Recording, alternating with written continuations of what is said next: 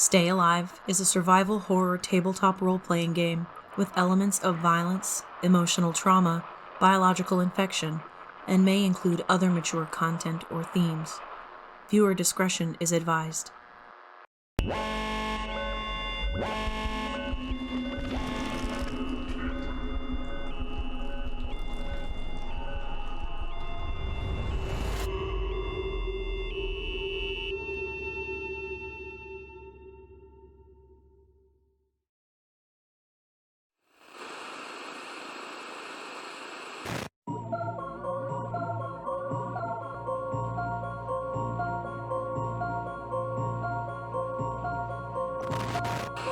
Hey everybody, it's Mr. Joe. There's a red light on. What's that mean? You think it's stoplight rules? Or? Just here to wish you a great year at Hillington High. Hey, Mr. John, you better what? What? You know, at Hillington High, our honor roll has the highest GPA in the state. Do you have what it takes to make the honor roll?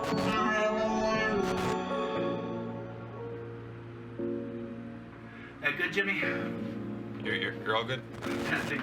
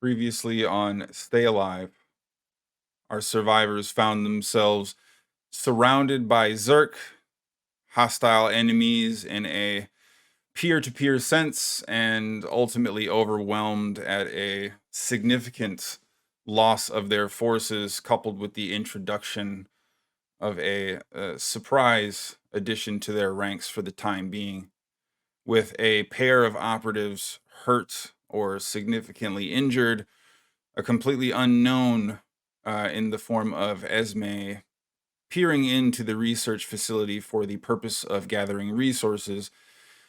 A cacophony of chaos immediately erupted that saw a number of the survivors, as well as at least one operative, removed from the strength of their total adjustment. As David, gone helping Operative Taurus with a small side mission, eventually returned, greeted with the chaos and aftermath of the remaining survivor group's efforts to procure a prototype synthesizer and a specific sample. They found one of the two, and with the lab overrun by Zerk and additional operatives seemingly working against them, the party ended up finding themselves down personnel, hurt and injured, and with their backs up against the wall. We pick up now with Esme and Lexi carrying an injured operative Blue towards the centralized hub of the research facility as they are joined by David and operative Taurus. To this point, the only two operatives they have seen in recent memory, with operative Dutch and Vapor having something in the vein of a rather tense showdown, the aftermath of which saw both Addison and Dutch dying in an explosion, and Vapor's ultimate fate to be determined. So, survivors, with a clutch of Zerk still forming around you, a definitive sense of unease filling the area around you, and a number of injured party and personnel currently within reach, what happens next? So what's this sample? We're trying to get out of here. Taurus, do you know anything about that? Hey, I'm not really a doctor type, you know, the type that know the stuff with the doctors. It's supposed to be some uncontaminated version of whatever we're dealing with. This facility is where Starlight was apparently born. I don't know. This stuff was all so far above my pay grade, and I didn't really get paid very much in the first place, but I think what we're dealing with was made here. We're looking for like a test tube or some shit like that, though. Yeah, let's go with that, right? That's how they store stuff, probably. Okay. All right. So just been here. The two of y'all, have you seen anything that resembles like a science lab, like a chemistry class, maybe? No. Doctor's office? Yeah, but we blew it up. So. Okay. All right. But You blew it up? Yeah. Well, I didn't, but I mean, We got to make a move here pretty soon. Where's Addison? I don't know who that is. Really, really fancy hat, charming fella. If you ran into him, you'd know. Lexi, have you seen him or what?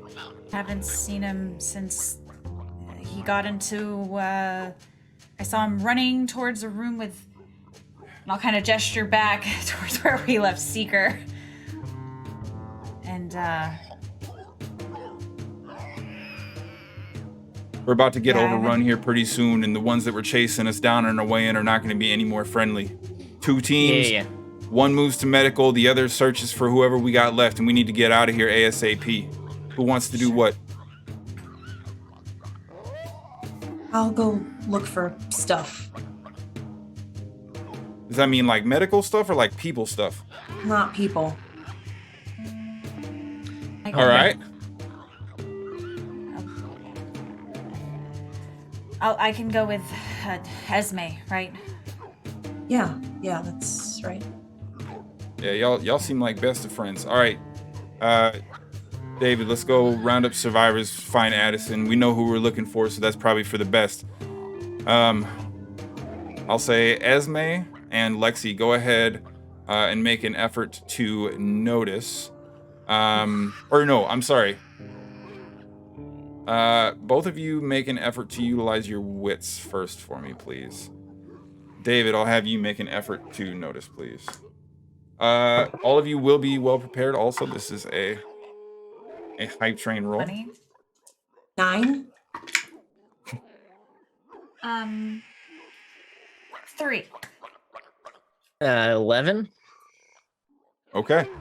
So with the pressure of the surrounding environment clearly mounting and providing something in the way of a stress point, all of you are able to still quickly and cleanly navigate away in these broken groups.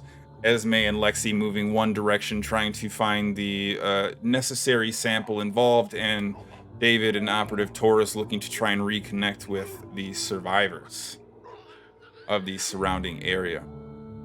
As you diverge, Esme is able to quickly read the layout, recognize the change, the sterilized nature of the barriers and the corridors beyond, and quickly navigate to a location recently visited where you happen to find a long hallway with a set of hermetically sealed double doors that look to lead to a clean room beyond.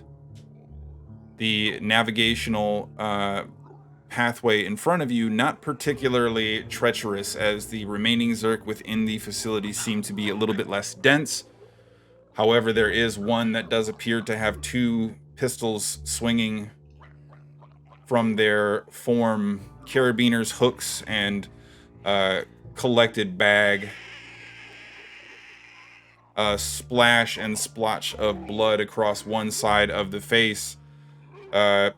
Not common to see Zerk with legitimate weapons dangling from them, but Esme, you would probably recognize this individual having gotten a very close look in the very recent past.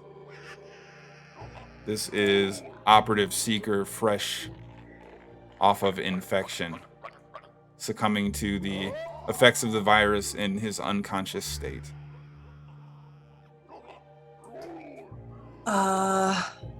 I don't want to be insensitive, but it seems like a waste, right? I'm gonna pull out the large, like, hunting knife that I carry and kind of gesture towards Seeker. We should. Oh, yeah. No, I'm not there's sure why you're valuable asking a question. stuff. Yeah. What? Go. You seemed yes. really attached to him earlier when you yelled at me, so I just wanted to That's check because he and wasn't make sure. dead, and Well, now Now we could have avoided we're- this, but here we are, right? Okay, Well, so all right, but fine. I'm he gonna probably- just he walk wasn't even forward pretending and to try to, like, kick him down maybe, and All right, I'll try to add him, cut him, do help something. add another distractor. Okay, so Maybe. Just flank him and take him down.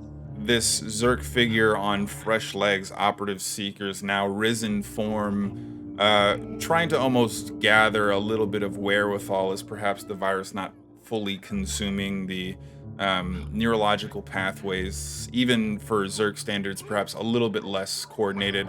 Esme, go ahead and make an effort to brawl for me, please. Okay. Well prepared, This will actually. also be Oh my this will also be well prepared. Well prepared. Okay, that's a that's a 9. Thanks, With well prepared. Operative Seeker not being much of a physical force to begin with, you do quickly sink the blade into the side of the temple as these aimless arms are lunging towards you, seeing Seeker go still, locking upright for a brief moment before the weight of the form removes the cranium from the blade itself, enabling you to procure the resources therein. You see the two pistols that are attached to these sort of carabiner cords.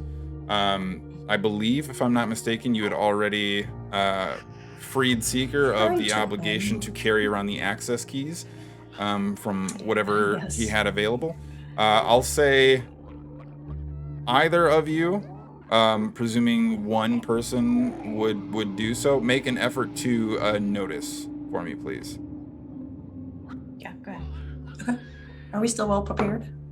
You Yeah. are, yes. Level 3 still. 15. Okay.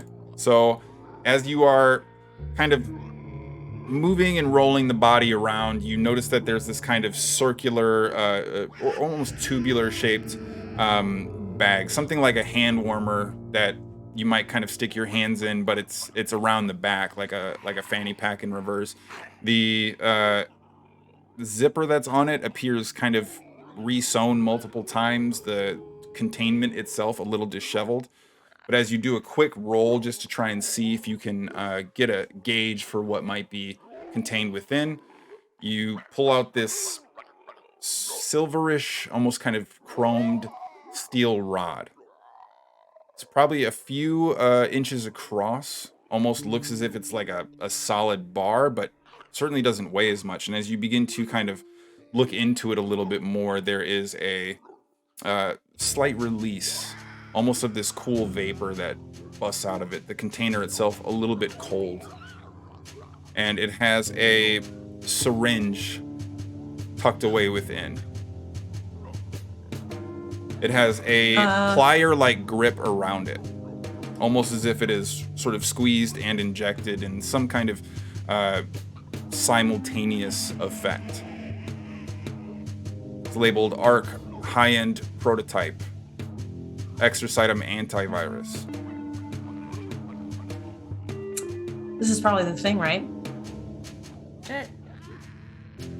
Okay. It says prototype on it, so that's what they said it was, so makes sense, It's right? a syringe. It looks like, something. Okay, Looks great. medical, and he was carrying it. He was one of the ones looking for it. So Yeah, it's probably fine. that's probably it, right? Yeah, I don't want to be in here. Yeah, let's go. Yeah. Great. Just take everything. Ta- You need guns? I think these are guns, and I don't mean that like in a. I mean these are, but I meant. You know what? You keep those. I'm good. Okay. Sure. Yep. I'm gonna just grab it as quickly as possible and try to navigate back kind of out the way we came, honestly. So clearly having found what you are looking for, Esme and Lexi battling through, we'll say just for the sake of the file-in that would have taken place behind you. Both of you go ahead and make a effort to brawl, please. Still up. Still well prepared, great. yep. 9. Man, I'm really. I like how you sounded disappointed.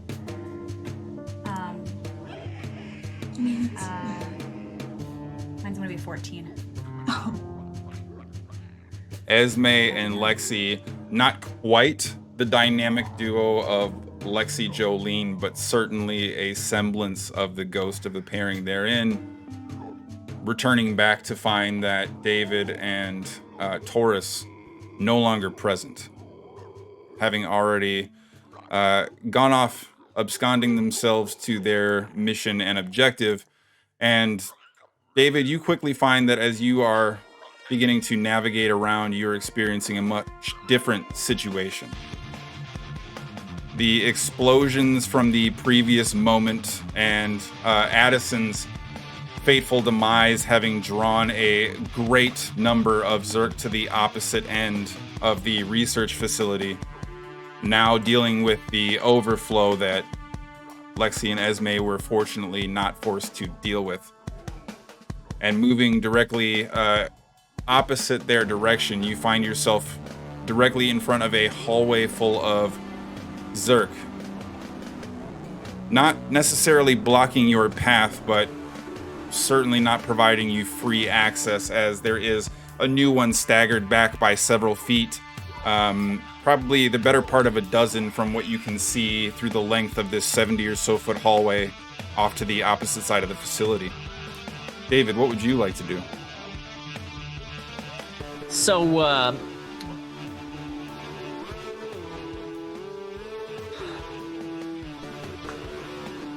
at this point, right now, did we just leave Blue? Are you Back in the carrying middle her? of the room? Would you like to be carrying Not- Blue?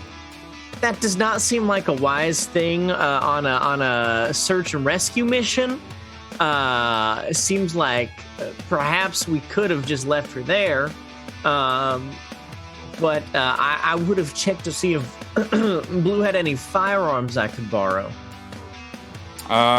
It seems as if the only thing that Blue had left on her person that you had ready access to is an extremely small caliber pistol, probably containing no more than 4 shots in total. I would like to take that and thank Blue for their help and promise them that help is on the way. I'm going to take that radio-sized walkie that Taurus gave to me, flip it on, and leave it in Blue's lap. And push him forward into the crowd of Zerk. We're gonna clear a path, looking for our friends. I'm looking for a cool hat. I'm looking for someone who's grenade happy. I'm looking for anybody that I might recognize here. So, David, first thing I would like for you to do, please, is make an effort to be accurate. This is also well prepared.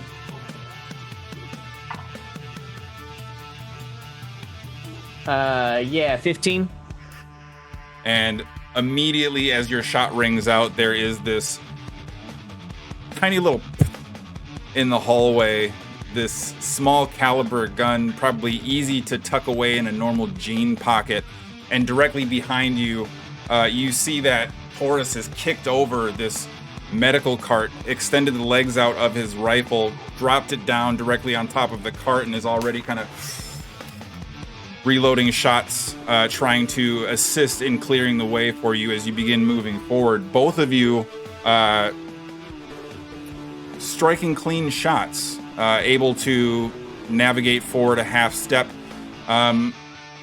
I'm going to say, make an effort to focus for me, please, David.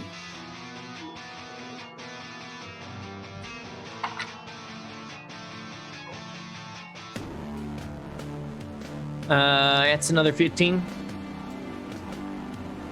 As you are navigating down the hallway, placing a pair of shots as Taurus fires over your shoulder, your initial adeptness at aiming at entirely lethal spots for the Zerk in front of you, successful, but not so tunnel visioned as to be surprised by the Zerk that bursts out of one of the slightly ajar doors among that hallway.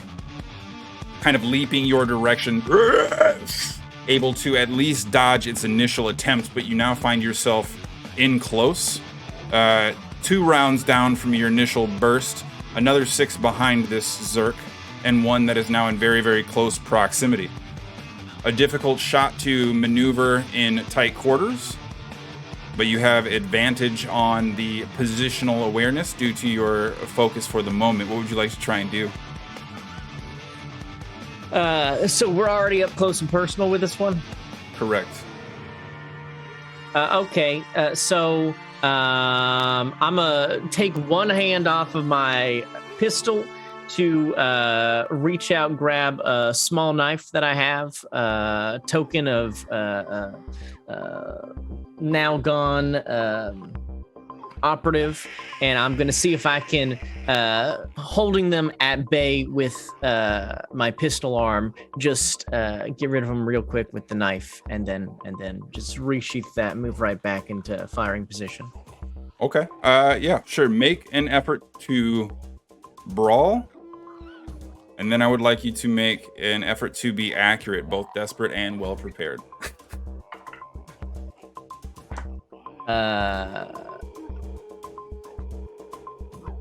Okay, so both efforts are both desperate and well prepared?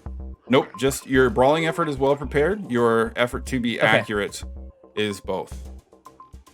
Okay, great. Just confirming before I do the math. Okay, so that's a 7 on the brawl. Okay. And accuracy is 12. All right. David, large and in charge, pushing down the hallway, looking very John Wick as there is a series of perfectly placed shots, a deftful dodge of the approaching Zerk from a closeted doorway beyond, a quick dispatching, and then immediately back to placing fire down the hallway. Seeing you emerge directly at the end where the T-junction takes place, ultimately without much of a challenge for David. The history and experience garnered from the life living in such stressful situations seemingly sharpening David's edge a bit. Make an effort to notice for me, please.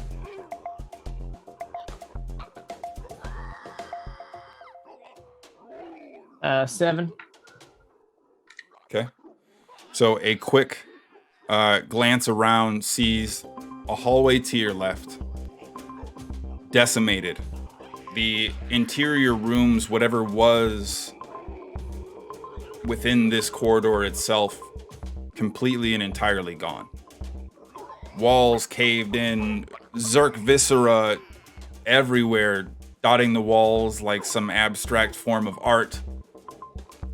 And not maybe directly in the middle of everything, but maybe the only two sort of standout things that you're able to take in is a bomb and ballistic vest attached to an otherwise decimated corpse, and parts and pieces largely everywhere in the center portion of the hallway, but probably only about 10 or so feet within the walkway of the hallway.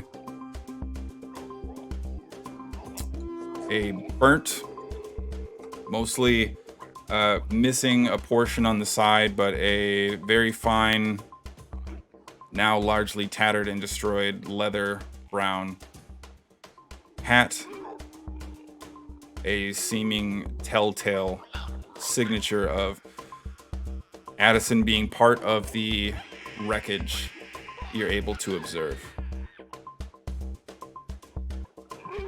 Bad news, Taurus. I think, don't think there's anybody for us to rescue at this point. Well, see ya.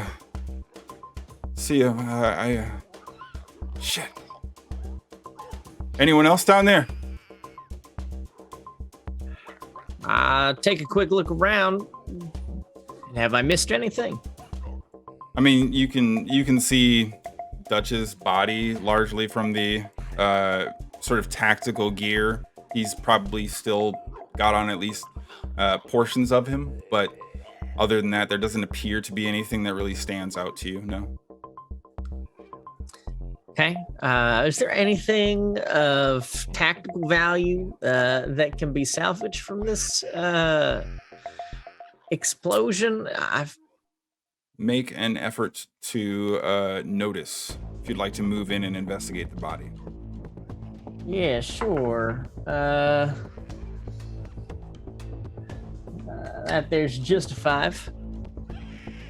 So directly part of an explosion, you can see that inner portions of the vest completely stripped and shredded away. The plating, both ceramic and metallic, with some kind of batted foam as part of this extremely elaborate sort of explosive vest, seems to have been shredded and dented into all manner of deformity at this point.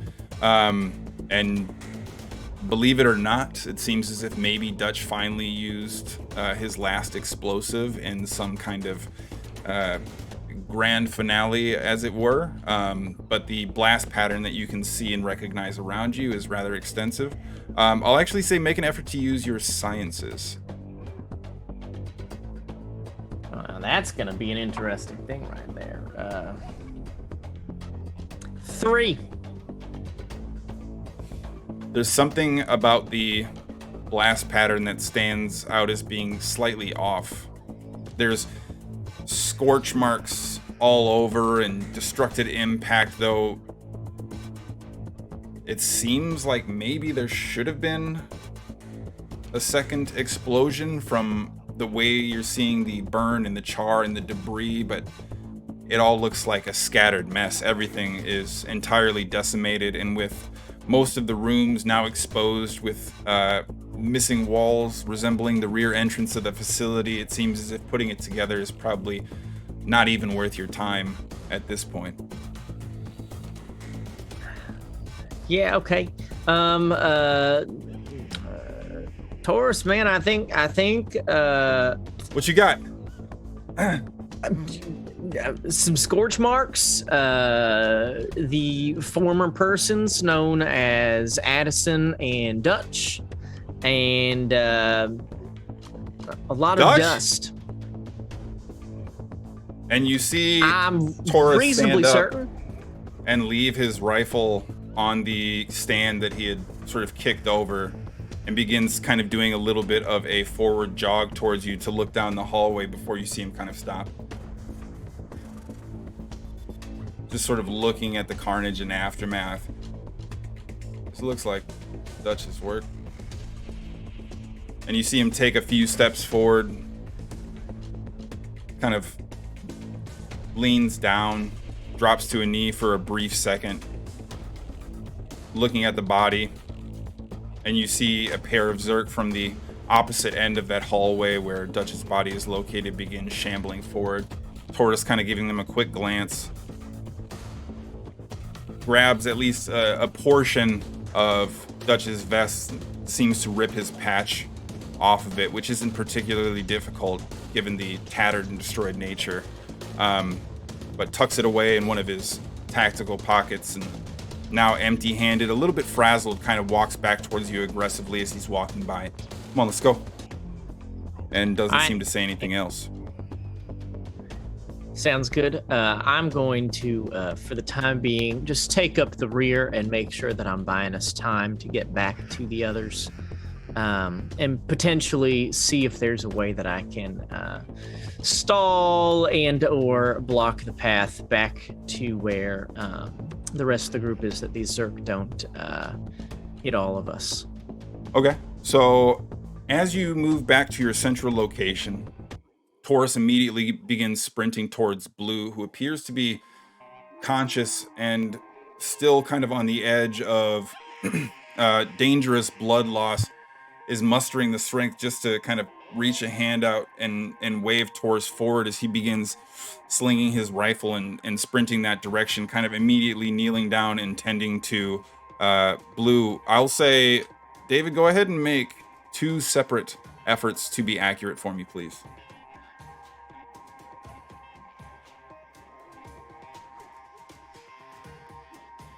Yeah, it's a 9 and a 10. So covering and making sure that the process of whatever investigative efforts are taking place go unimpeded. There's no pause or hesitation as you continue to make sure that the last few rounds that might exist in this tiny little pocket pistol are expended wisely, providing additional time and coverage. And as Lexi and Esme eventually are returning, you see Blue kind of looking up for a brief moment as this crackle begins to come on the radio. A voice emitting out, Taurus, come in. Taurus, come in. And Blue seems entirely unconscious.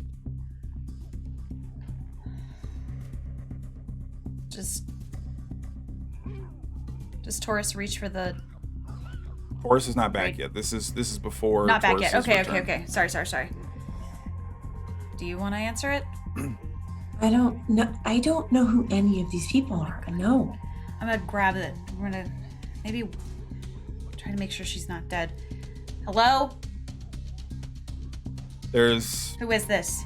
a brief pause, probably in the matter of several seconds, before you hear it click back on, this time more definitively. You're not Taurus. Who is this? Identify yourself. You first. Do you have our operatives held hostage? No. Say no. Why are you hesitating? I mean... Oh my god! I'm gonna try... No. God. Let me speak with Operative Dutch. He's not available. Can I take a message? Who am I I talking give to? you... Lexi. Nice to meet you. I mean... How did you get in possession of one of our radios? Well, we're trying to make sure one of your friends doesn't die. Does that count? Is Operative Taurus injured? No. Well, I mean, maybe. It's everyone is a little injured. I don't know if you know, but there's a lot going on. No, he went to go see if he could find some more of your friends. operatives. I'm guessing, hoping he'll be back soon. Do you want me to tell him you called? You need to leave a name if you do that. Make an effort to use your diplomacy, please. Oh, but I'm like... Okay. Roll really high. Great. That's a -5. You didn't want to answer. I'm not telling you anything until we receive clearance from one of our operatives. Okay, well, then you can just hang out, I guess. Either she's gonna wake up or he'll come back, I'm sure. Who are you with?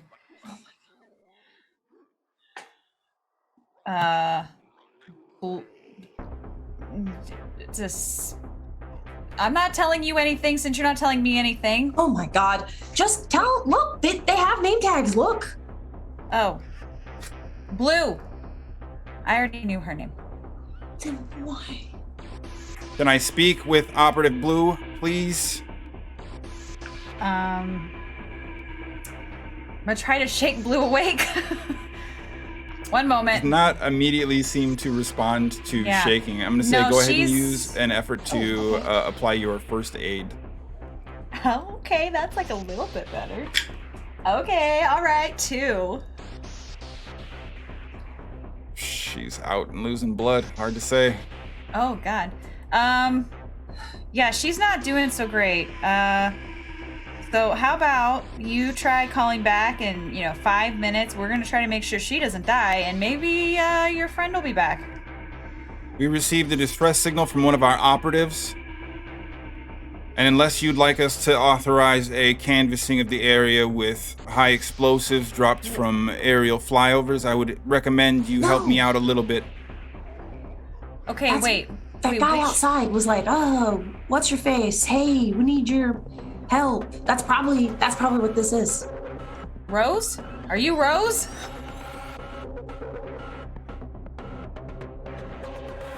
You know enough to not know enough. I'll give you that for sure. Okay. Blue! Come in, Blue! Hold it up And to her there's- ear. Okay, there is this surprising kind of snap as Blue's eyes shoot open for a brief moment, kind of stares shit. at you. You fixed her. Here, talk to him. Staring at the microphone. I'll hold the button. She's awake-ish. Let her talk. She kind of moves forward I'm letting her wake up. and starts blowing into the microphone aggressively. Oh wait, it's not Those aren't. kind of grabs it from you. Shit. Okay. All right. You can deal with the asshole now. God, is that you? Oh God. And there's this brief pause. Operative Blue, authorize. Oh shit. He said something about. We're in trouble. Could you bring medevac immediately, please? Thank you. Blue authorization. Blue. I'm gonna grab the. And you see her the falling radio. back and Perfect. moving out. Is that of good? She's consciousness gonna. She definitely could use some help. So quicker would be better. I'm gonna say make an effort And to then use whenever your Horace diplomacy. is back. Well prepared, please. It's not gonna matter. It might. It's a -2.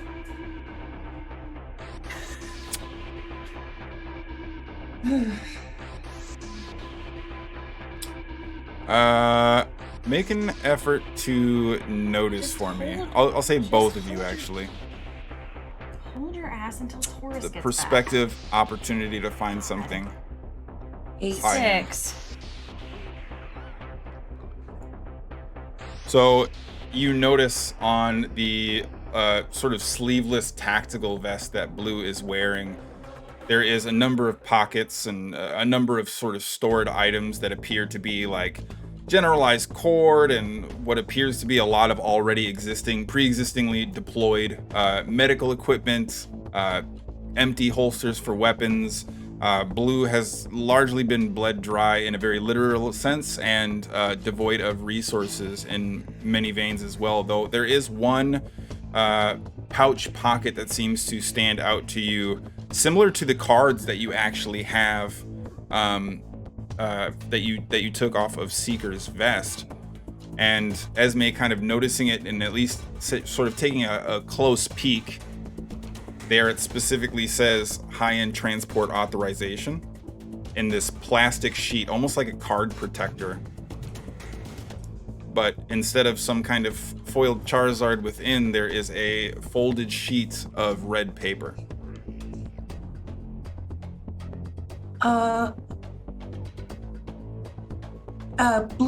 Blue, can you hear me? Hello? I'm kind of like nudging with my foot, hopefully. Are you attempting to make medical assessments or actions, or are you simply seeing if Blue immediately responds? I mean, I just want to see if she responds, but I guess if I have to do what I have to do to get her up long enough to do whatever she has to do, I'll give it a look. If she doesn't respond, I'll see if there's something I can doesn't do. immediately respond. So go ahead and make an effort to apply your first aid.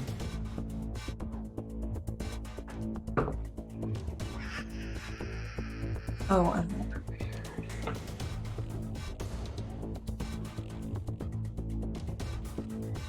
13.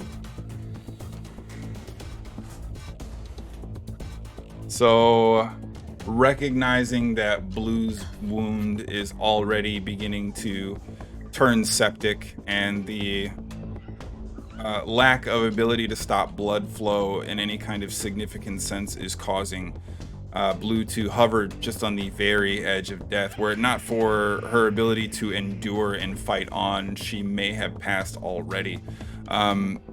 Difficult to say with any kind of certainty to what extent you can do anything with the tools you have immediately available.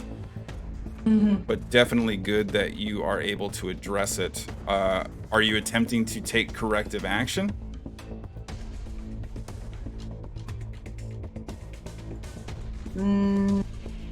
No, I'm just gonna reach for that card in her pocket. Okay. As previously discussed, you open and crack it to see an emergency authorization code, a series of numbers and letters, almost a random sequence that doesn't seem to denote anything specific to you at all.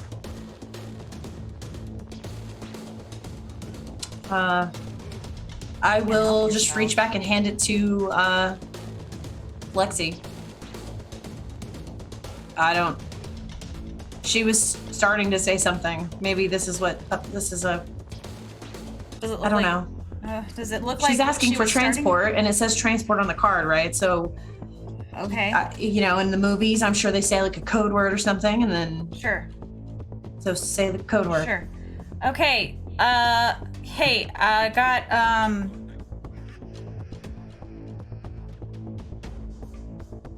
and I'll read out the numbers. Sure. Letters. There the is a brief pause, probably for the better portion of a minute almost this time, with no reply. And as you see Taurus approaching, kind of kneeling code. down, Thank God. what's wrong with her? You hear the She- radio kick back on. High-end emergency transport is authorized. And you see Taurus kind of grab the walk. What the fuck is this? I don't know.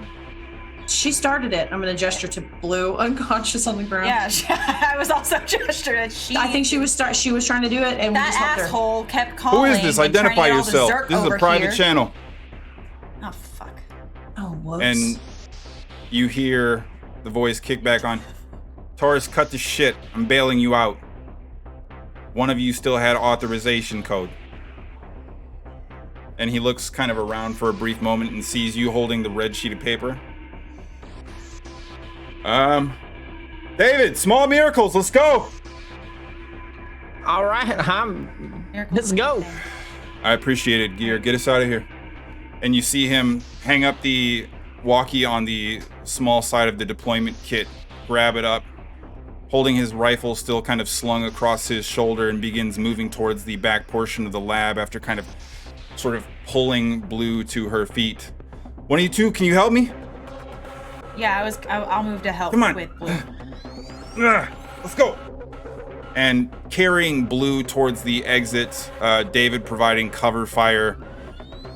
You see Taurus navigating towards the exploded rear of the research facility, dropping to his knee about 5 feet before protruding outwards. Come on.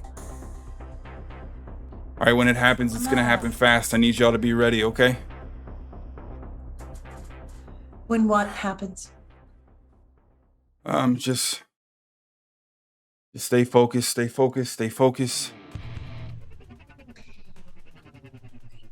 You see him kind of looking up. I'll have Esme, David, and Lexi make an effort to notice for me, please. Can I put my glasses down? My sneaky sneaky.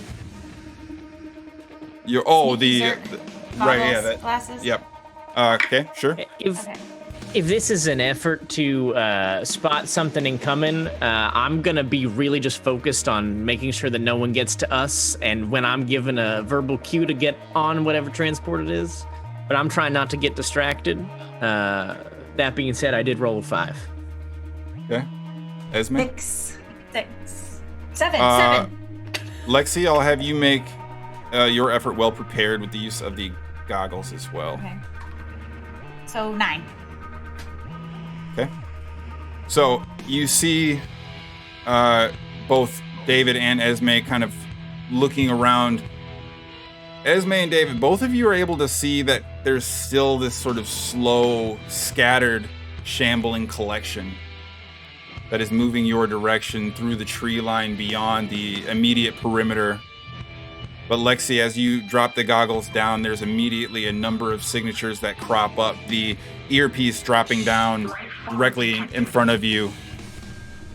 The immediate alarm ringing off as you see probably an additional 20, probably within 30 or so feet.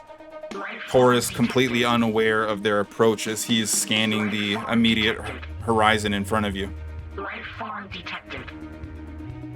He doesn't see them. Does he have any way of seeing shiz? Okay, cool. I'm going to the closest few. I'm gonna Iron Man fists up, and I'm gonna try to get the closest ones that everyone's gonna think I'm shooting at nothing. That's fine, but I'm trying to make my way towards Taurus because I don't want you can have this responsibility. I wanna give him the glasses. Okay. Sure. Or just shove him on his face. So make 2 efforts to brawl as your suit provides you the opportunity to use your brawling in place of accuracy in this instance. 11 and 9. Okay. So 2 rather loud shots kind of ringing out from the fist, and everyone kind of in the immediate vicinity of you is startled and shocked as you fire at essentially nothing directly in front of you before you see 2 specters basically fall into canvas corpses probably about 10 feet in front of the exposed doorway, 15 feet from Taurus's prone position.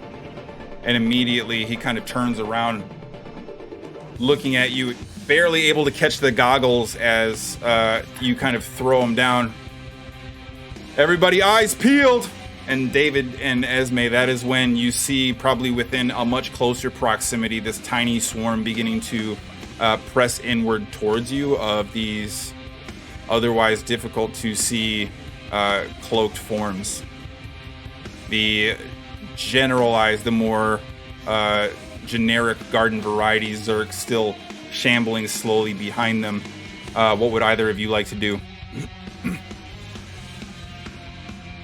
Taurus is on the ground, right? Like kneeling or? Yeah. Well, he's returned to a prone position, looking out the doorway with his rifle. Okay. I have I feel like 50 guns, so I'm gonna run up to the door and kind of perch just above Taurus and I guess pull up this machine gun and say, plug your ears in. I'm gonna start shooting, just kind of spraying because I can't see him super great. So can I just go kind of to clear a line? Sure. We'll say, Is that allowed? if you're just gonna basically kind of hold it down till it runs dry, I'm gonna say you can use give you accuracy at desperation, or you can use your fitness. I'll do fitness, I guess. Okay. Okay. 10. So as you begin kind of hunkering your stance down, not really sure what to point at, there's this immediate spray as the gun gets held down and this blast of rounds ultimately fires off in rapid succession, going dry rather quickly, but this collection of 3 more of these specters seem to crash. Zerk, deep behind, clearly affected by the impact of the rounds. How many might still be directly in front of you, it's difficult to say, but the shambling mass is now probably closing within 50 or so feet. And it is at that point you begin to hear the sort of whirring buzz from the air nearby. You all look up to see that there is a helicopter that is sort of hovering above your position. And before long, it begins sort of slowly lowering and descending down towards your area, maintaining at least a little bit of a distance off the ground. Taurus looking at all of you, go, go, go, go, go! And he immediately after saying that racks off this additional shot, continuing to try and fire. I'm gonna, take Taurus's spot, carry him blue, and let's get to the helicopter. David, make an effort to utilize your fitness for me, please. Yeah, sure. It's a 3. Okay. Struggling to move forward with Blue's form dragging you down. Esme and Lexi are not impeded, though. As it hovers directly above you, you see this rope ladder drop down, ultimately dangling from the cradled carriage off the side of this rather large helicopter. Esme and Lexi, I'll need both of you to make an effort to use your fitness, please, for me. As we run across, I want to try to get... if I see David struggling, I will try to help at least get them up. Yeah. That's an 11 fitness. That's a 9 fitness. Well, before we get to your ascent, I will say specifically blue for one person, fireman's carry is not problematic load, but it is inherently dead weight at this point, as she seems to be largely unconscious. Who is looking to break off and assist there? I'll help. Okay. So make an additional effort to use your fitness, please. 13. Okay. So, David, as you are kind of stumbling and having difficulty finding your feet, a lack of food and water, a long and extensive period of struggling and fighting against those hunting you, this definitive wash of physical and emotional exhaustion sees you fall to a knee, your first few steps out the door before trying to rise again and welcoming the sight of Esme rushing towards you, looking to assist in lightening the load of blue. Both of you moving forward in tandem, Lexi sprinting quick, her explosive and powerful form already beginning to move up the rope ladder as you two struggle to move forward.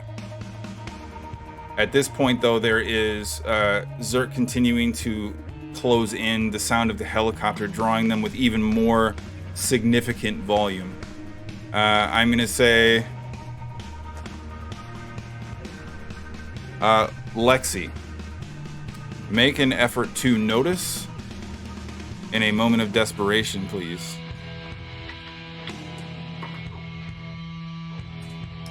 4.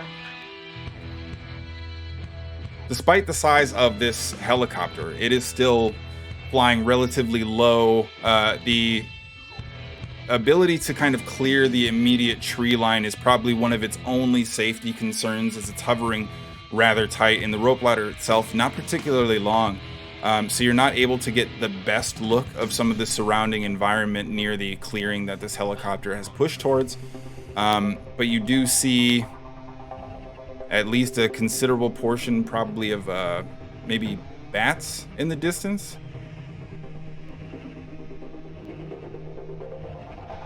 Probably. No. But okay, navigating well, bats. up the rope ladder, there's no real problem or issue with you being able to push upwards and find yourself within the protected safety of this high-end transport. Can I provide some cover for, I guess, for now, Taurus is not really focused on anything but Taurus, so mostly gonna try to cover David and Esme as they try to get Blue towards the ladder and be ready to kind of help hoist her up. Okay. So make an effort to be accurate, please. Be accurate? Or you can use your brawling if you're using your high-end suit. I got a few more left, yeah. Okay. And then I'll switch. Don't know why I rolled that. 10. Okay. Oh, how many did you want me to roll? 2. Sorry, that's what I need to roll. Ooh, that wasn't as good. 8. So 10 and 8. So as you are looking over the edge of this helicopter, seeing Esme and David kind of try to tandem carry Blue forward, you see both of them are about to be accosted by Zerk. The slowdown of their approach, seeing them put in risky position. David and Esme, fortunately, you see 2 separate shots ring out from the helicopter door, these flashes of light downing the 2 Zerk that were pushing towards you, providing you access to the rope ladder. Who would like to try and help carry Blue up the rope ladder? You are clearly much more well-suited for this. I'm out of ammunition, but if you got ammo or a gun, I'll give you cover. Yeah, I'll shove this 6-shot revolver into his hands, and I'm going to try to shove Blue up towards Lexi. Yeah. I mean, it's still 15 or so feet away. Okay, well, Like I'll the rope fireman ladder carry would- her up part of the way, Yeah. Okay. and I will kind of just like... Make Try an and give effort some kinda to handoff. utilize your fitness in a desperate circumstance, please. Can she be well prepared since I'm helping? I'm going to say getting up fitness. to you is a bit of a challenge in and of Okay. itself. That's fair. So with desperation, it becomes a 9. Okay. So, fortunately, though the weight is dragging you down, you find a bit of a side straddle on the ladder. And slowly, Lexi, you see Esme ascending and beginning to push your direction. The form with which Esme is carrying Blue, the way in which she is traversing the ladder, makes it seem as if it is almost routine for her, and eventually kind of getting Blue within range for you to be able to kind of hook and rope Blue into the area. I'll say make an effort to utilize your fitness for me as well. Well prepared.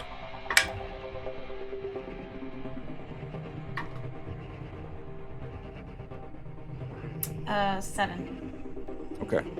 With Esme continuing to push and charge forward, the immediate extraction of the unconscious Blue ultimately complete. And David, as you are down on the ground trying to contest the additional pursuance, it seems as if monitoring Lexi and Esme's sort of extraction of blue, you see Taurus jumping up and quickly throwing his rifle on to begin running towards the ladder himself.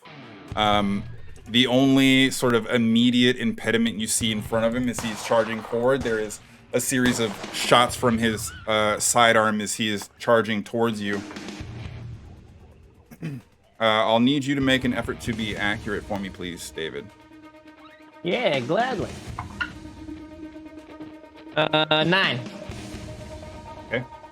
There are a pair of Zerk that you are able to minimize, but on the run, even with your clean shots, it seems as if Taurus is not able to pave enough of his own way entirely, and you see this Zerk quickly lunge out and tackle him. You see him fall on the ground, and immediately using his forearm to try and block the teeth is punching back, looking to try and shuck this Zerk off of him.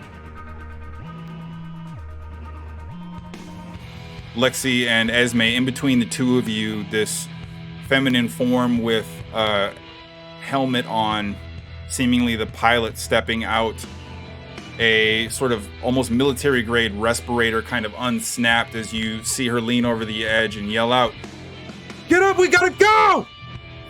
Kind of snaps it back up and begins moving towards the cockpit. David, a rope ladder very, very close to you nearby. Taurus provided an opportunity to fight for his escape, but at some distance with Zerk closing in, what would you like to do? Can I get a clear shot at the one on top of him? They're kind of struggling and rolling around. It would be a very difficult and risky shot, I might add, but you could certainly try.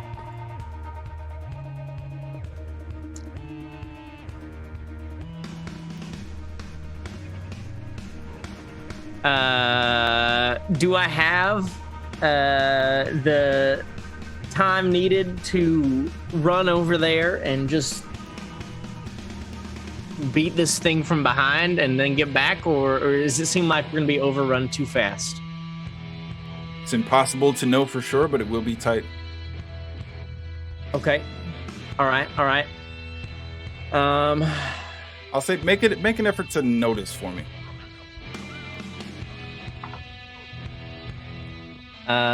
7.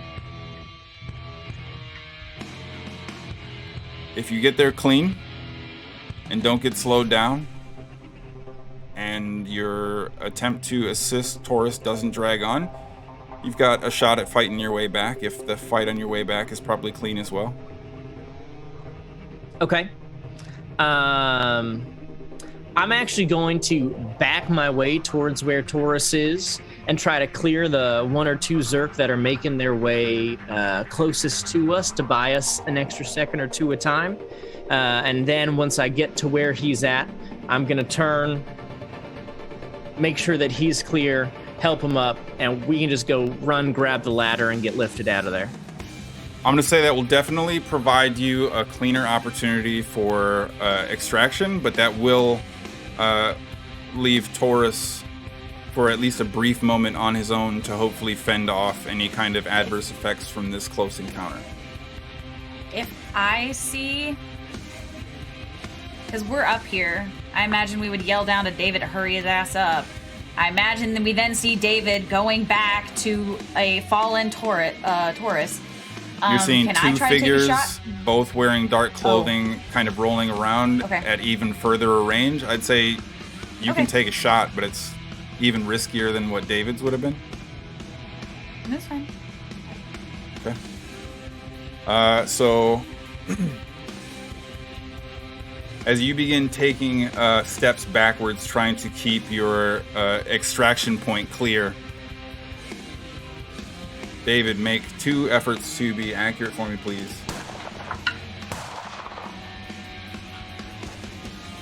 Yeah, it's an 11 and a 10.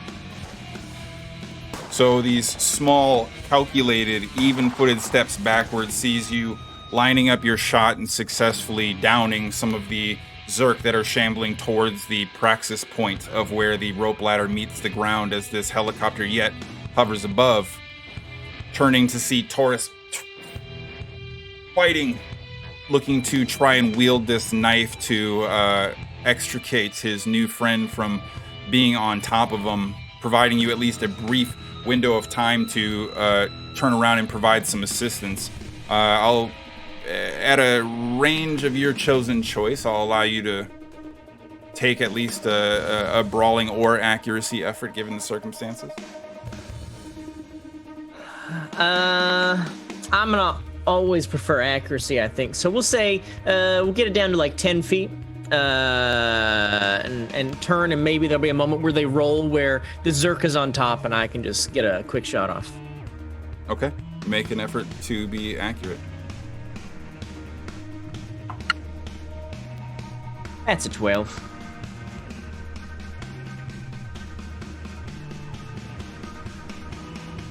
So as you begin sort of finally turning around and trying to get within view, one of the last rounds in the revolver going off and seeing the Zerk sort of splatter as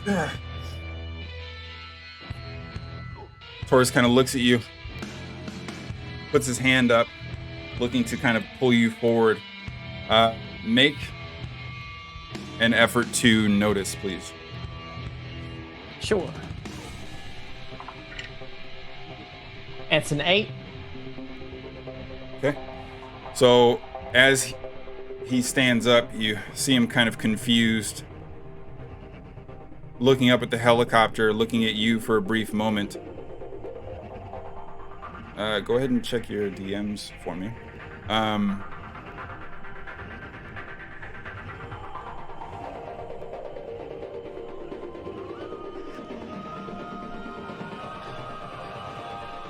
Let's go.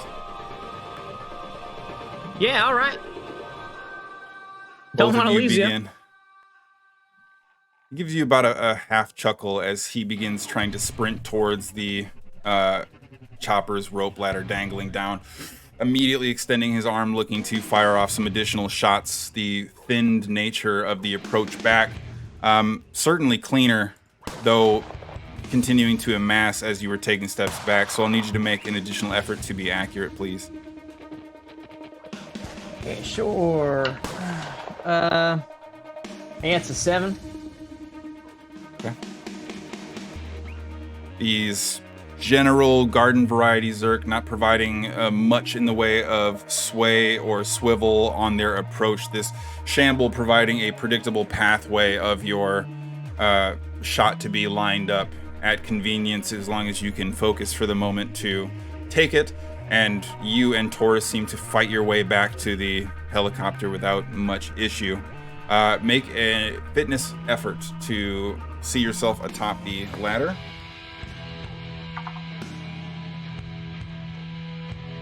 That's a 2. Okay. Taurus, like, it looks like he's done it 1,000 times, scales the rope ladder, basically one-armed, wrapping his legs around the outside, trying to maintain one hand, continuing to swivel and take shots from the ladder as he's climbing, looking to provide you at least some semblance of cover or attracting more Zerks, as he's not particularly accurate in this circumstance or situation. But you find yourself struggling to even kind of get started as the helicopter is already lifting and elevating a little bit, and giving the rope a lot more sway as the very bottom rung now leaves the ground and is kind of blowing in the breeze, not able to find full purchase on it yourself. Seeing a series of Zerk now closing in the brief moments and seconds as you are looking to try and climb it yourself. I'll say, would you like to try and expedite your pace up the ladder or deal with the potential encroaching threats and potentially lose control of the rope ladder for a brief moment? Strongly prefer to just get up the ladder, please and thank you. Okay, I'm gonna say make an effort to be accurate, please. Or, to use your fitness. Excuse me. Okay, all right. That works out to just a 0. And David, as you go to grab onto the ladder. You grab it with the pistol hand, the only one that was really on target to grab the rung, knocking it away from yourself slightly as you now see the wind from the propellers of the helicopter kind of blowing the rope to and fro as 2 Zerk begin to approach you. One, it seems as if is easy to be dodged. The other, providing firm purchase, looking to try and be more aggressive with your form. I'm going to say make an effort to utilize your brawling for me, please. Sure. That's an 8. Okay. The first Zerk cold cocked on the temple with the pistol. Not enough to immediately kill. And with you out of bullets, not unless you have a secondary firearm. I think I still have a pistol with 1 shot, but I'm less concerned about killing and more concerned about just creating separation at this point.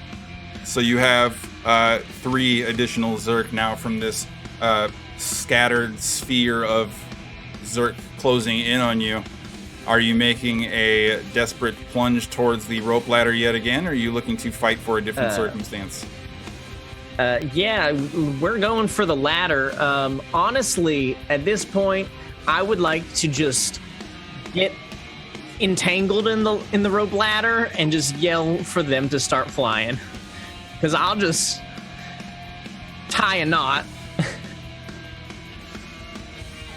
All right. I'm gonna say use your. I'll let you use your grace or your fitness here.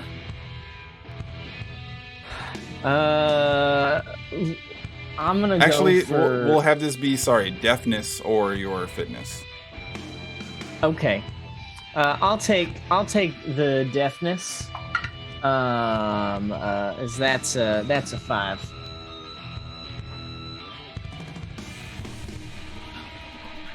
Okay. We hear him yelling. Yeah. Well, you can certainly see a little bit of the scrum down below. It's going to be just under the edge of the helicopter, so it's not like a very good viewpoint that you'd have, and you'd have to be very purposefully looking kind of over the helicopter's platform edge to do so. But you can see David down there struggling and scrambling and desperately lunging out, trying to grip at this ladder. Do either of you have an effort you'd like to make? Am I able to? You said the ladder itself is like 15 feet long. Yeah, give or take. It's probably now completely unfurled and off the ground, probably closer to 20 feet. Now that it's no longer kind of piled on the ground as the helicopter lowered down, but. Okay. If I can get close enough to the edge to lean over and see what's going on. Also, is Taurus in the helicopter or is he still climbing? Yeah, up? is Taurus not helping David? Taurus. Yeah, he's just moving in. Like he's looking over the edge, but it's kind of like a difficult angled type of shot. It's more like, unless you're gonna go down there, it'd be really tough to kind of do anything of consistent note per se. You can kind of take shots from a slight angle off the platform, but otherwise you're kind of like shooting under the helicopter to try and do anything.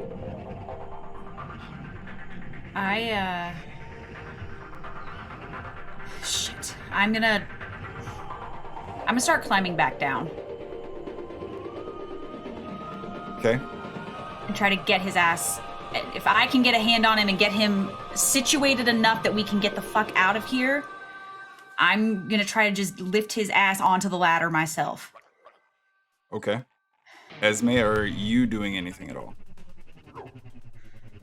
I'm gonna stay here near the edge with my I still have, I guess, those 2 pistols I got off of Seeker, so I'll keep one of them trained downward, but I'm not gonna fire until I have a good reason to. Okay. And just kind of like peering over the edge as best I can. Lexi, as you begin to try and move down the ladder itself, Taurus grabs you on the shoulder. What are you doing? Don't go down there. He'll get up. David, let's go! And kind of yelling down. Get off of me. I'm trying, okay? I was never good in gym class. From the cockpit, you just- hear, "You got 10 seconds and we're out. Let's go."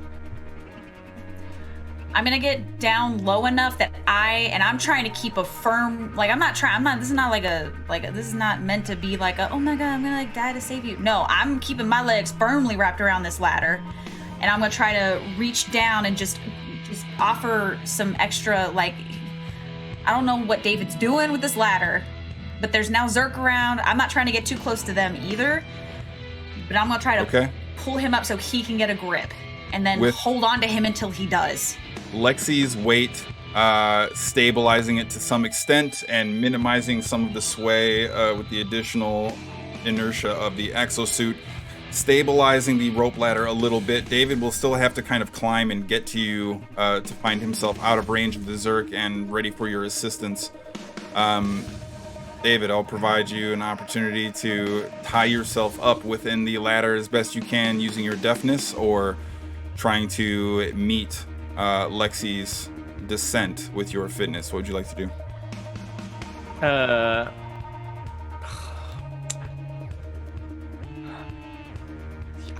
I'm gonna focus on tying myself first, and I can climb later.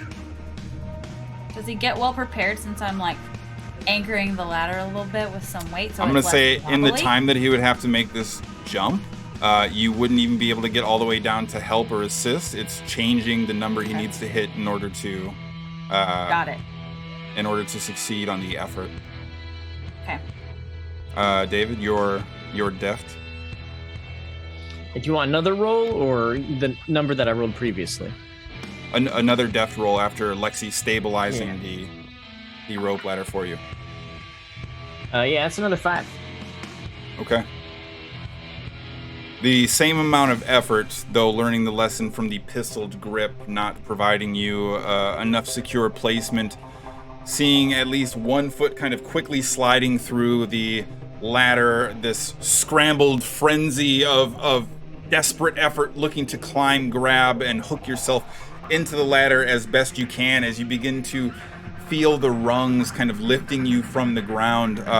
Lexi, David finds himself secured, slowly ascending 5 or so feet above the ground as you hear the propeller blades beginning to spin up more aggressively. The rope ladder slowly beginning to sway as the velocity of the helicopter is turning to push and take off, but that puts you in the middle of this rope ladder as David is hanging desperately from the bottom of it. I'll say, Lexi, make an effort to use your fitness for me, please.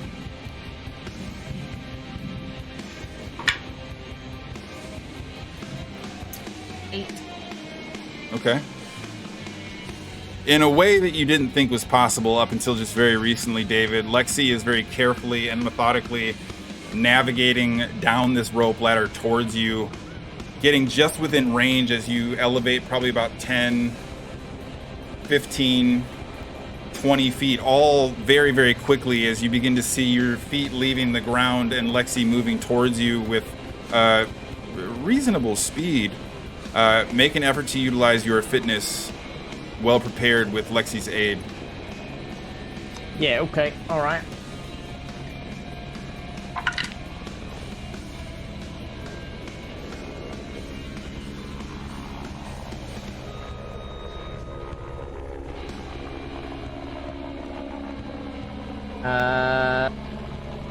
Yeah, that's a 6. Okay. And as the helicopter begins taking definitive strides forward, the rope ladder at a legitimate 30-degree angle dragging behind, Lexi's assistance providing you at least some semblance of grip. And despite multiple close calls, you do find yourself near the edge of the helicopter's chassis. Taurus's hand kind of reaching out, looking to help assist pull you in, and you shortly afterwards, Lexi, as well.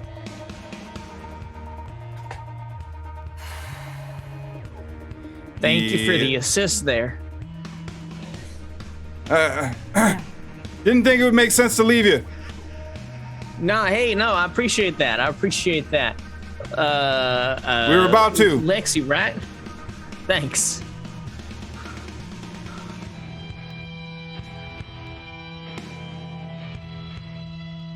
Thanks. Appreciate it. Oh. Esme. You see Horace turn to you quick, kind of placing his hand in the middle of your chest and sort of throwing you up against the back of the helicopter. What did you do before all this? Why? Who the fuck are you?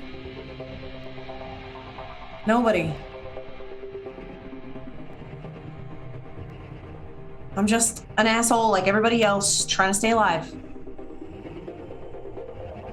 I need you to help my friend. She's gonna die. I don't know what your deal is, but I need your help. Do you have anything I can use? All I've got is like duct tape. Glitch, deploy to med suite! And this sort of flat disc, this tray almost shoots out from the door as it closes. This makeshift bed, as the opposite side of the helicopter remaining open, drops down this almost canopy-like Gatling gun. Oh, thank God for our good equipment. Shit. Reaches down, grabs Blue off the middle area, kind of throws her on the bed quickly. Begins kind of pulling cords. I don't know how none of this shit works. Hook her up to the stuff. Come on, do the thing. I'll start doing my best. We need a blood supply. Honestly, if you want her to live, we need blood. So unless you have a magical compartment of blood in this helicopter, there's not a lot I can do here. And you kind of We do not have one a of magical the compartment of blood in this helicopter. two pilots turn around and kind of look back through, flipping up this lens. A little smile kind of peering out as this figure begins to kind of navigate through the middle portion of the cockway, right in between the two front seats, all the way through the halfway portion of the midsection. Oh no. Do you have training? Yes? You'll help? A little, some. I will try. Good. And immediately begins kind of hooking up these cords and wires, kind of quickly taking off Blue's vest, sort of pulling off the shoulder portion of the shirt and attaching a number of various electrodes and different parts and pieces and components that you probably haven't seen or don't necessarily have a good gauge for what they'd be one way or the other. But before too long, there is this kind of cardioid-style machine that begins to kick up.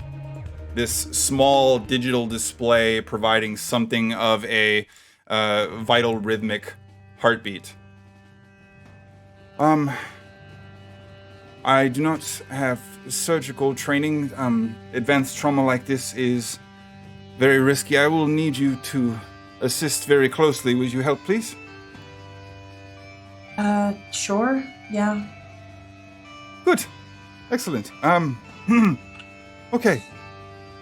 And you see this operative pull back the vest and immediately begin kind of digging in the wound with a series of tools. Hold this open, please. Okay. And I'll need you to make an effort to utilize your first aid well prepared, please.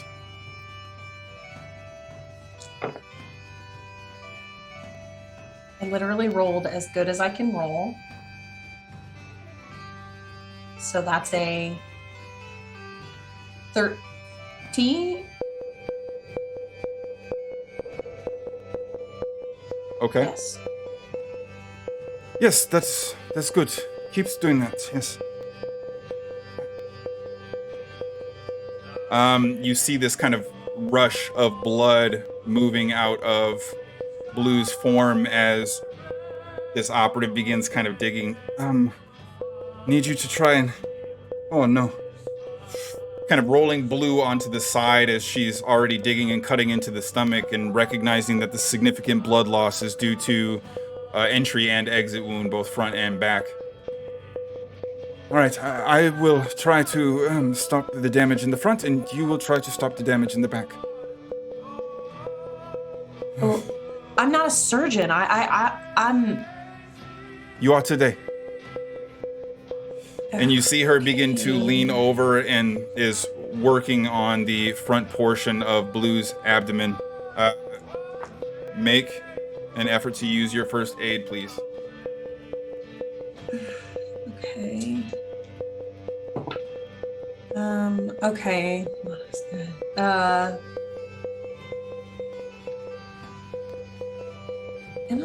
Why can't I do math correctly?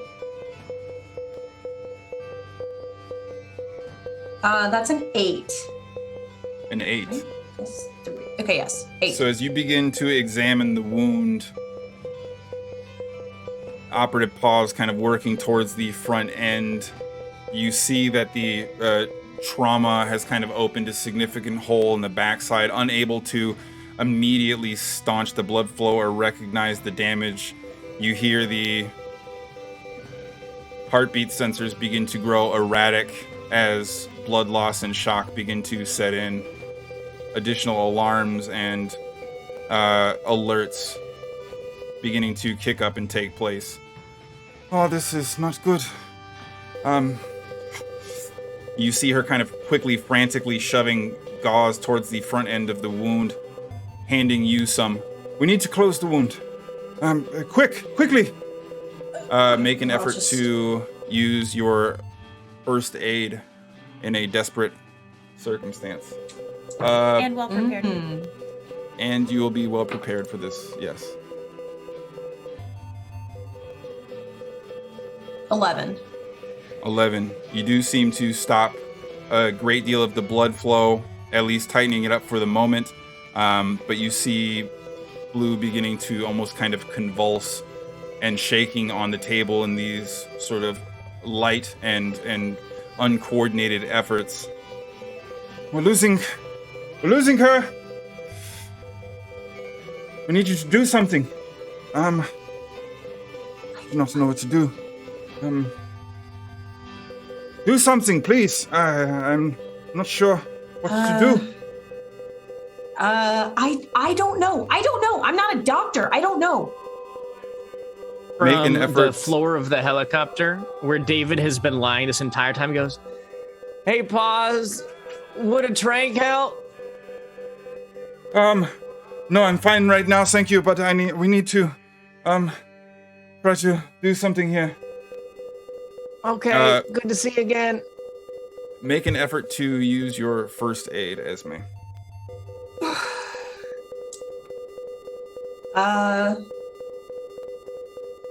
10. This is well prepared also.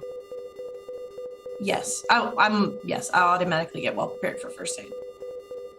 So that includes well prepared. Okay. So as you are quickly trying to stop the blood flow and address any number of the individual concerns, the monitor flattens out.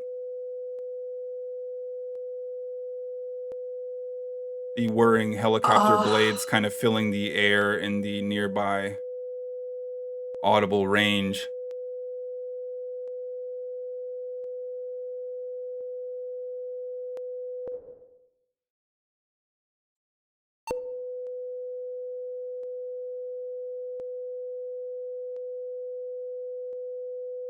See Paws kind of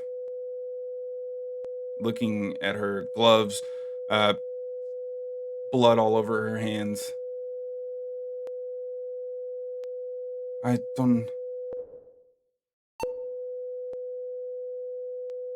I'm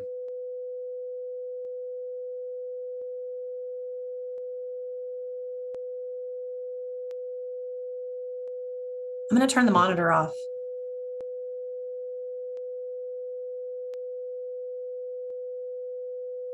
The flick of the switch sees the monitor fall silent.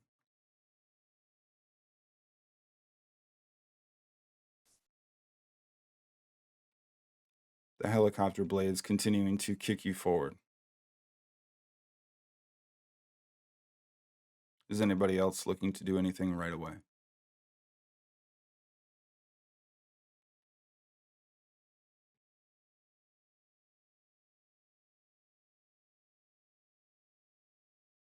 I think I'm just kind of trembling. I'm going to slowly step away. I'm sure I'm covered in blood. From Gwen's notes, do I have any ideas here? Right, like, or from just talking to her, like, do I have any ideas as to how a doctor might handle this situation?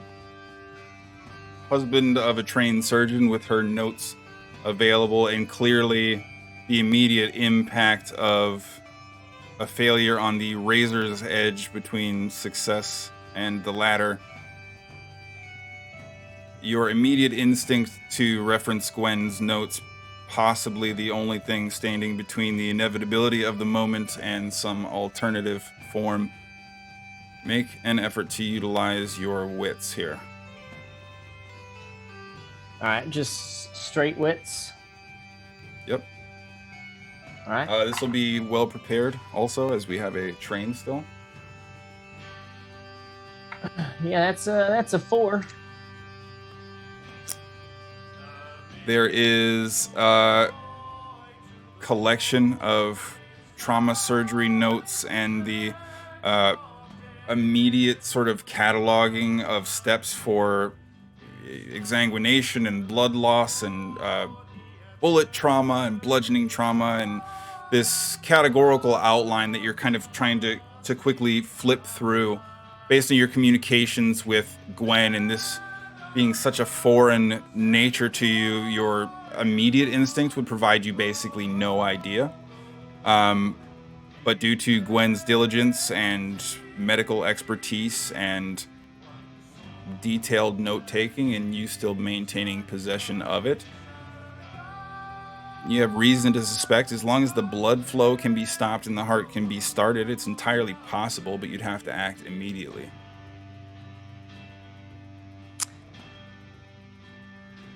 Okay, I'll convey this, kind of pointing to whatever, in the notes suggests this. If it's a blood loss issue, if you got some food, I could probably donate a little bit of blood. I don't know if we're compatible, but, like, if you got 2 needles in a tube, like, David, theoretically that ought to work. Make an effort to apply your first aid, please. Oh, good God. Can I do anything to make it not a first aid roll, or to make another person roll the first aid for me? You are well prepared. That is probably not going to cut it, but let's see how it goes. A miracle of all miracles. That's a 5. Oh my god. Who is he? Okay.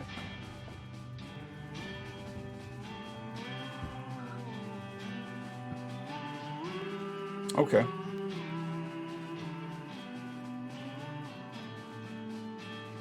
You immediately begin kind of extracting medical equipment from the walls, trying to apply something in this like extremely elaborate and fancy makeshift helicopter surgery suite. When Pause sees you kind of working and operating,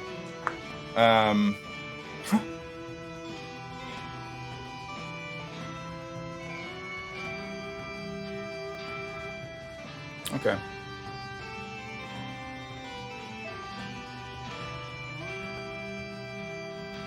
David, make an effort to endure for me, please. Oh, gladly.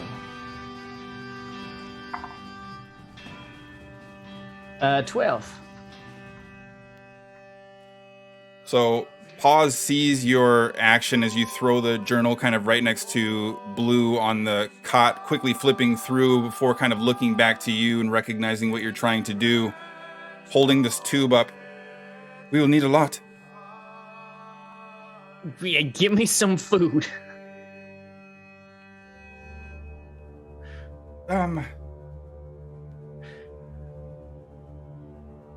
And you see her kind of All right. unbuckle a pouch and sort of pull out a knife and kind of flick the blade open. I will cut shallow. Please do. I've got like one granola bar in my bag that I'm gonna start eating because I haven't eaten in like a day, and we're just gonna see how it goes.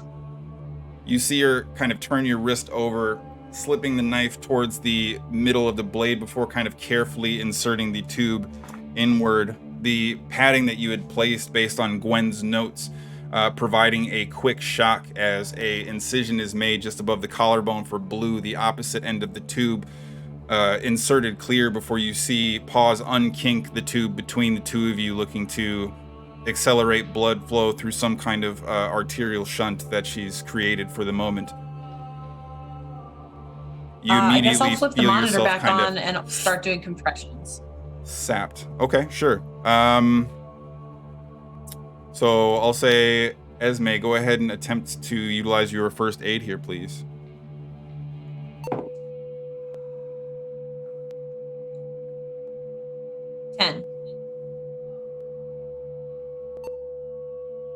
David, make an effort to endure, please.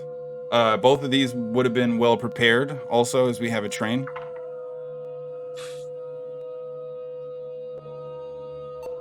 Uh, 14.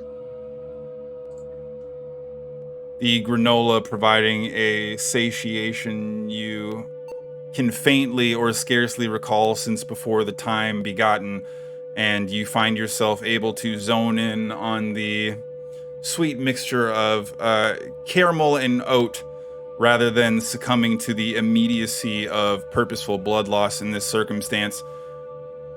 There's no immediate reply or anything that seems to indicate a successful venture as you're continuing to push this for a brief moment until the small LED display quickly pops up.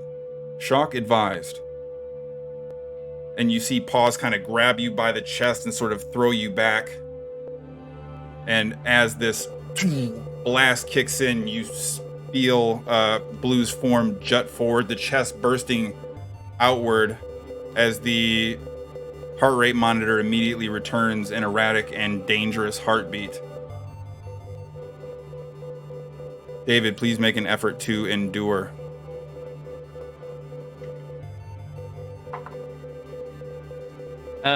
That's a 9. And Esme, please make an effort to utilize your first aid.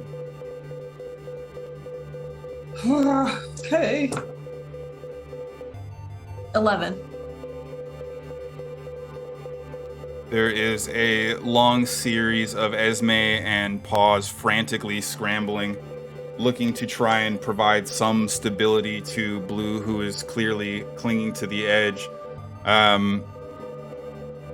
David, make another effort to endure, and Esme, make a final effort to apply your first aid, please.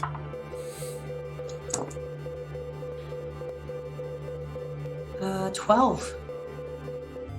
That's a 7 from me.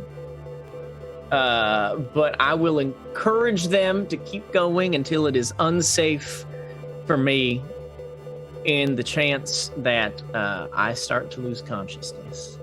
Those are the last words that you are able to utter as you find yourself drifting back into the seat. The blood loss now taking effect, and your ability to remain consciousness fleeting as the tunnel of black begins to enclose around your vision. Esme, as you are working feverishly with Paw's assistance to try and staunch the blood flow, moments go by,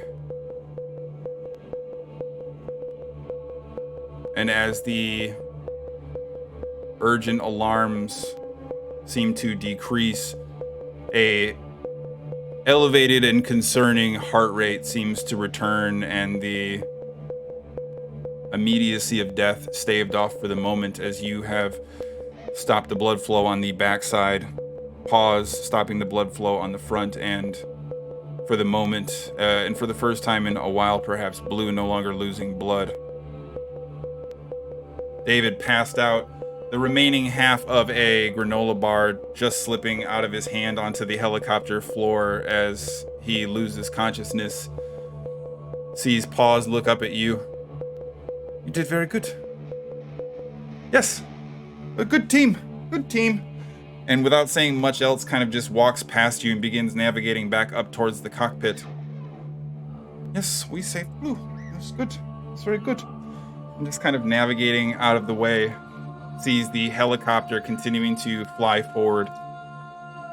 Is anybody looking to do anything else in the aftermath for the time being?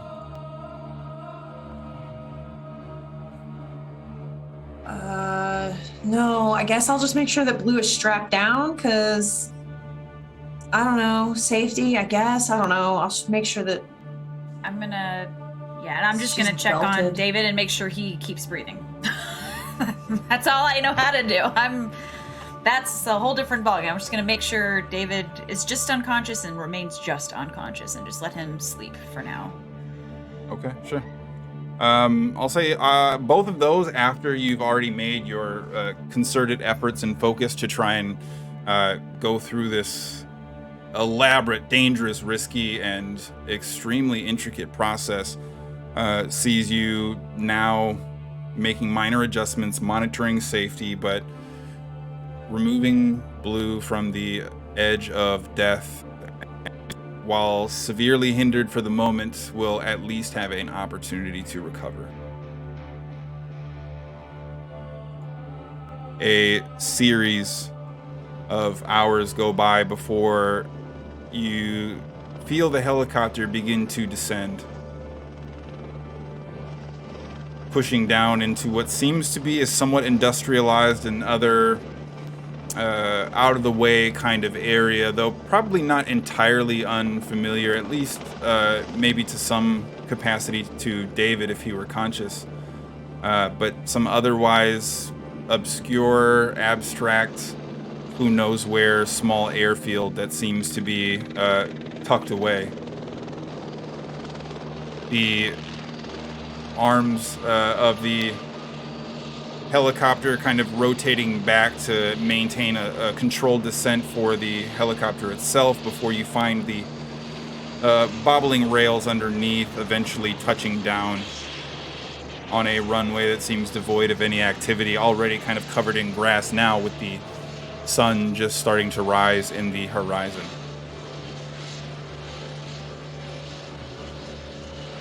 Taurus kind of recovering emotionally, mentally, and physically from standing by and not being able to help a fellow operative, fighting his way out. And David, you find yourself slowly kind of shaken awake, soft pats on the side of your cheek as Taurus is kind of staring into your face. David. Did we do it? Yeah? Oh, you did super great. Come on. We gotta fuel up. You're coming with me. Finish this. Can I stay and kind here of and sticks the opposite end of the granola into your mouth. Okay. Okay. All right. Can I get something to drink? You got water? Yeah. Well, you can drink the gas, or we'll find some on the way. But we're running low on supplies, boss. Okay. All right. Oh, okay. Can you stabilize me for 2 seconds? David, the canteen that I'm carrying that has water in it. I will accept it and drink about half of it and then return it to you. Thank you. All right. You too. Supplies, food, water, any equipment we need, weapons. Do your best. Me and David are gonna go find fuel. Pause and Glitch are gonna stay with the chopper.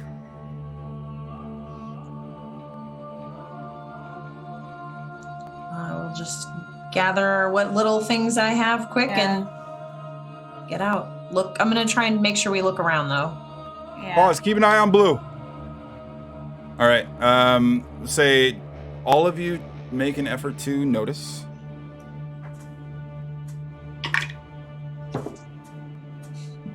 Six. 5. 6. Oh, look Look at us go. We're doing great. Okay. There's nothing that stands out as being unusual.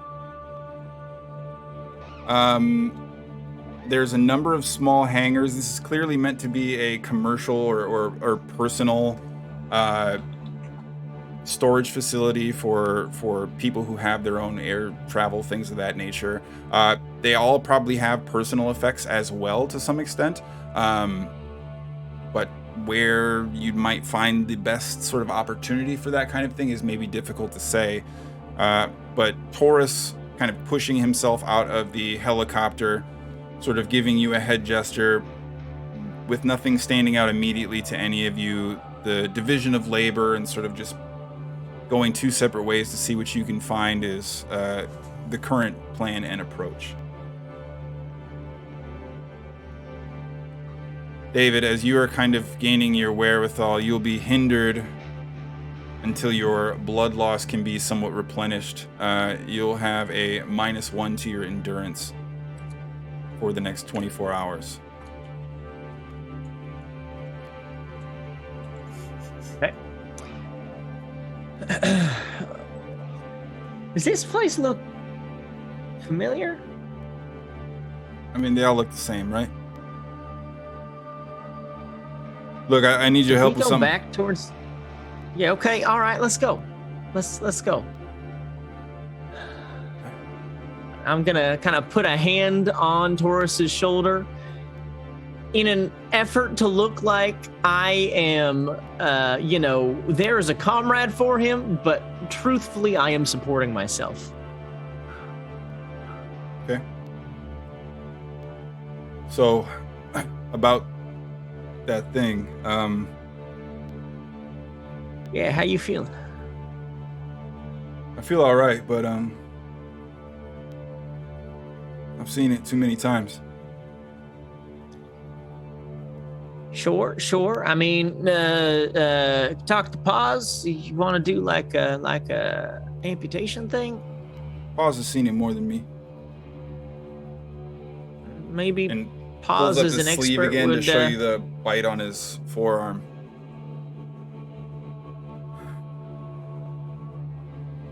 Yeah, I don't know. I mean, how's it like? I'm no medical expert, but like, is it black? Are there black veins? Does it look like there's a clear infection spreading? I mean, I got a chunk of flesh missing. It doesn't look good one way or the other, but I'm not seeing any black yet. Well, Are you, maybe are you we, a doc? Take a closer look. I mean, what do you want me to do here? Shit, no. I'm not a doc. Maybe we have Paz take a look at it, give you, a once over. I mean, it's possible it could be clean, right? Just flesh, no virus. That's the word. Sorry. I mean, I ain't never seen it. Here's the thing. I've seen enough bites before.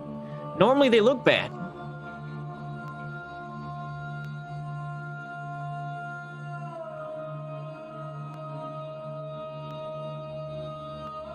As the two of you are having this conversation and finding yourself stopped towards the back end of a hangar, you hear this slight jostling, this gentle correction somewhere near the back of the hangar itself. This kind of quickly covering up the bite wound, drawing his pistol. You see anything? No. Should I go like creepy or like serious here? I don't know. Okay, I'll pull out the empty revolver. Hey, if you're hiding in here, just come out. It's okay. We're just stopping to get some supplies and we're gonna be gone. Crit. Hidden and obscured position. tucked away in the back of this hangar, having hidden off as you see two individuals approaching, one wearing military tactical garb, the other seemingly a little worse for wear, and paler than you've seen anyone in a long time. Your hidden and concealed location still obscured for the moment, but they've now made a public declaration and both pulled out firearms. How would you like to respond? Y'all two pasty asses know that, it ain't hiding if you in your own spot, right? Like, y'all in my shit here. And immediately Taurus kind of, the fuck? Yeah, no, that's fair. That's fair. I didn't see a no trespassing sign. Was there one somewhere? Man, like that shit mean anything anymore. I don't know what the fuck you going on about. Show yourself. Pop out. Man, I ain't popping shit. You up here holding guns and stuff? You pop out of my house, motherfucker. I'll put my empty revolver away. There, I put it down. Do you know where we might find like supplies in the area? We'll stop bothering you, I promise. Did I not just say that this is you come into my house and like, hey, can you give me some of your supplies in the place that you've been chilling at for a while? I mean, what's wrong with you? Nah, I'm just like from the next hangar over or something. Mission. We're looking to get rid of all this infection around here with scientists and doctors. That we just need some supplies. Is your mission impossible too? Were you like about to go up in some place and like start lowering yourself down from ceilings and shit and like? No, we did the opposite. You know, we did the opposite of that like 2 hours ago, or how long has it been? I passed out. You see Taurus kind of hold his gun up and begin slowly kind of lowering it towards his holster. Look, we can give you something of value. We can trade. Certainly not using any fuel, right? Nah, I can't fly that. Well, we can. Where are you from? Chi-Town? We're just 40 miles outside limits. That's where we're headed. What about headed back to a real home maybe, and a ride and a lift in exchange for some food and gas? I'm gonna slowly step out from behind the maintenance cabinet that I was kind of creeping behind. Go. We're all friends here, right?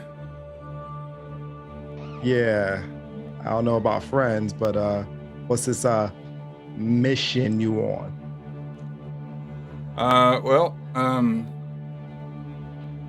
You gotta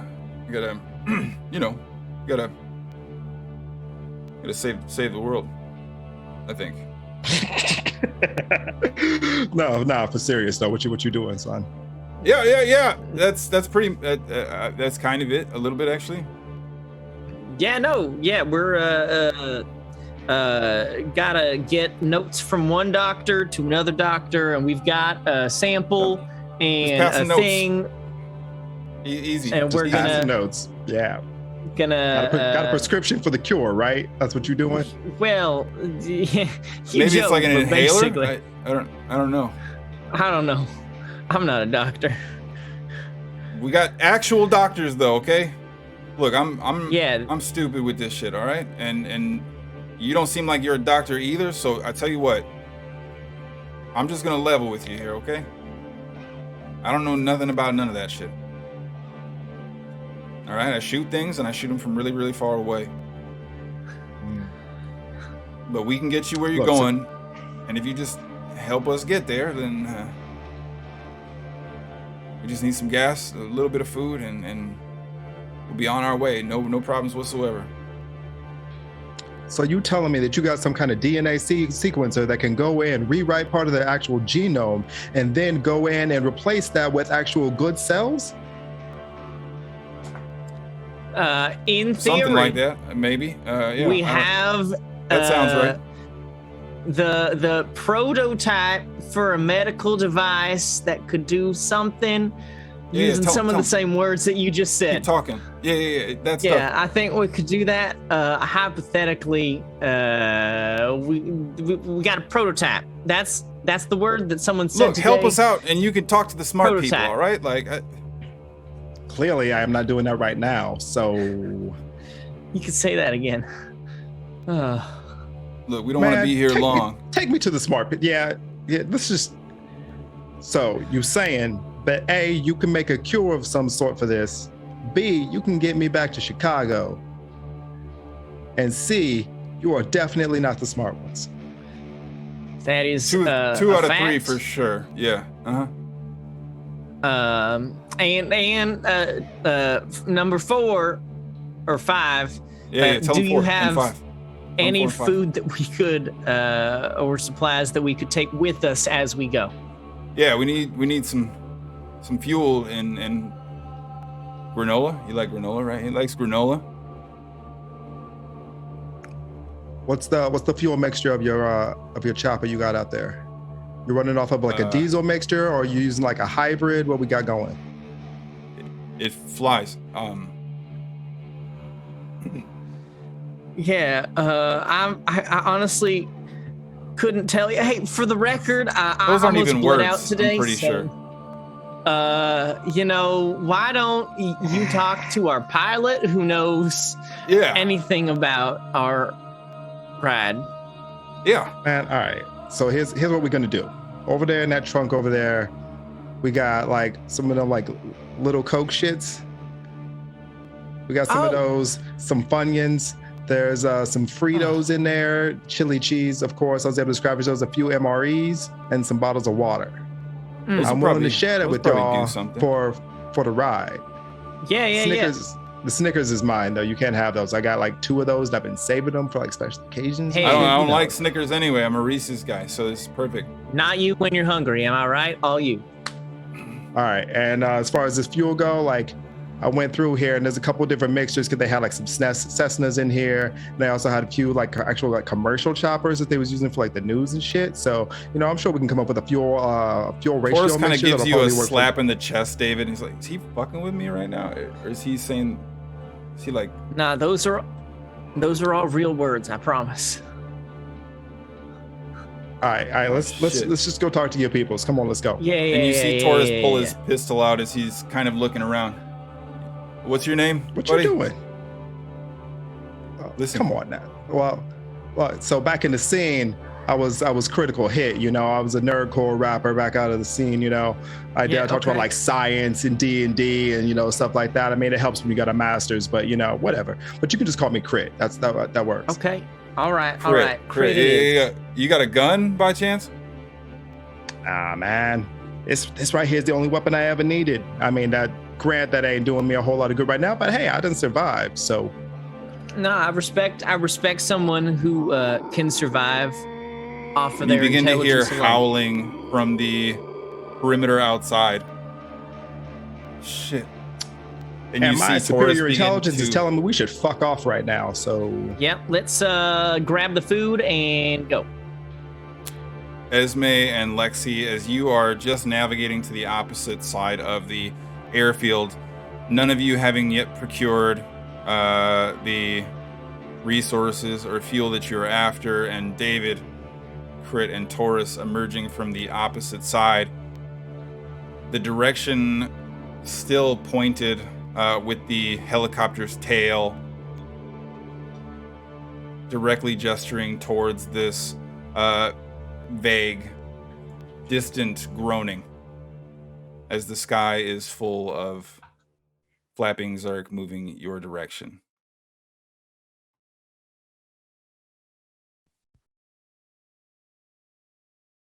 I've seen those. To before. those of That's you bad shit. out there surviving, stay safe. Stay alive.